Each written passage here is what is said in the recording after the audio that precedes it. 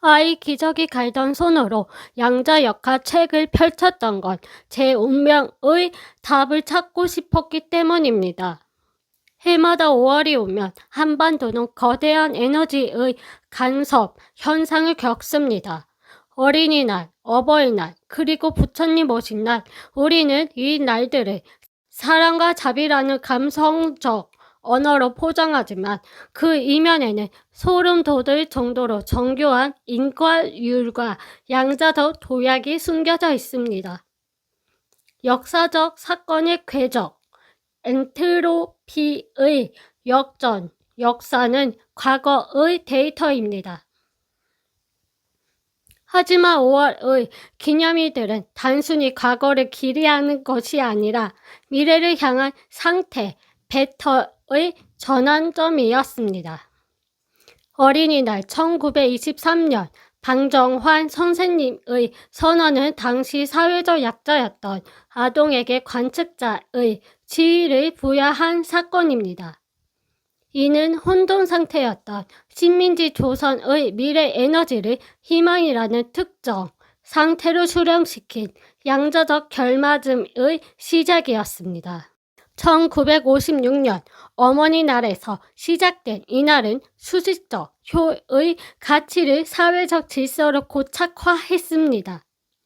1973년 어버이날, 이는 공동체의 엔트로피, 무질서도를 낮추기 위한 역사적 장치였습니다.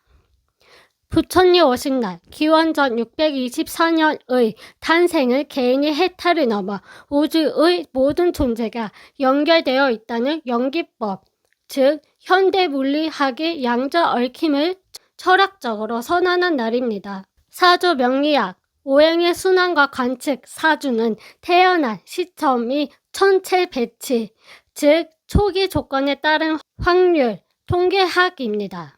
5월, 명리학적으로는 뱀의 달, 즉 화의 기운이 치솟는 시기입니다. 불은 확산하고 드러내는 성질을 가집니다. 어린이 성장, 부모, 뿌리, 부처 지혜라는 키워드는 모두 생명력의 확산이라는 화의 에너지 스펙트럼 안에 있습니다. 사주는 이를 운명이라 부르지만 논리적으로는 특정 시공간에서 발생하는 에너지의 밀도 변화를 기술하는 것입니다. 양자역학적 연결, 얽힘과 비국 소성, 우리는 왜 이날들을 기념하며 눈물을 흘리고 지갑을 열까요?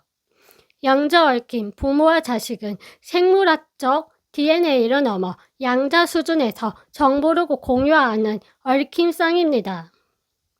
한쪽의 상태가 결정되면 기쁨, 슬픔, 거리와 상관없이 다른 쪽의 상태가 즉각적으로 영향을 받습니다. 부처가 말한 일체유심조는 양자역학의 핵심과 닿아 있습니다. 우리가 5월을 감사하는 달로 정의하고 관측하는 순간 파동 함수는 행복이라는 하나의 입자로 붕괴합니다. 우리가 어떤 마음으로 이 날을 대하느냐가 실제 현실의 물리적 수치를 바꾸는 것입니다. 누군가 왜 굳이 이런 날들을 챙겨야 해? 라고 묻는다면 당신은 이 T형 논리로 무장하십시오. 5월의 기념일들은 가족 공동체의 결속력을 강화하여 미래에 발생할 사회적 보양 비용과 갈등 처리 비용을 선제적으로 줄이는 경제적 방어 기제다.